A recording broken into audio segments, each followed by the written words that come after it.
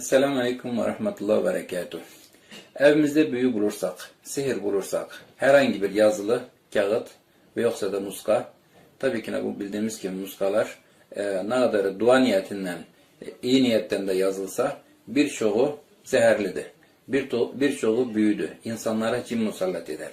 Ve ona göre biz herhangi bir duayı, muskayı bulanda evimizde, herhangi bir sihir evde bulanda onu yakmaktan, üstüne okumaktan falan o duadan, o sihirden üzerimize musallat olunan bir şey var mı yok mu? Neden o dua sadece bir mektuptu. O mektubu büyücü yazıyor ve yoksa herhangi bir o işi bilen Hüddem hocası, cinci hoca kimse yazıyor onu. Ve yoksa bir büyücü diyek. Bunu yazıyorlar, veriyorlar. O yazılanı sen bulsan bile oradan emir çoktan yerine ulaşmış ve hüddemler işbaşı yapmışlar. Ve onlar işinin başındalar.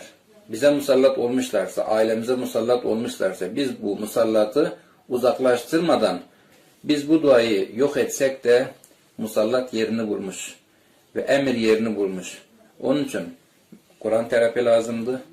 Ailemize, çocuklarımıza, kendimize, kimde sıkıntılar varsa, psikolojik problemler varsa, rahatsızlıklar varsa onu tayin edip ve Kur'an terapisi yaptırmamız lazım.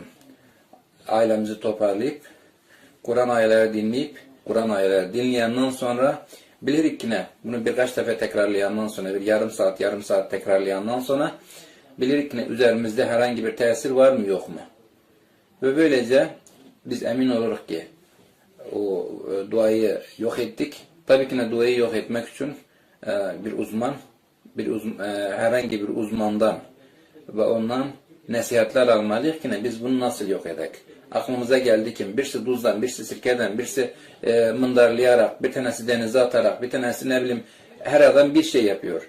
Ona göre doğrusunu yapmalıyız ki o duanı yok edenden sonra, biz o sihiri yok edenden sonra üzerimize olan musallatı da yok etmemiz lazım.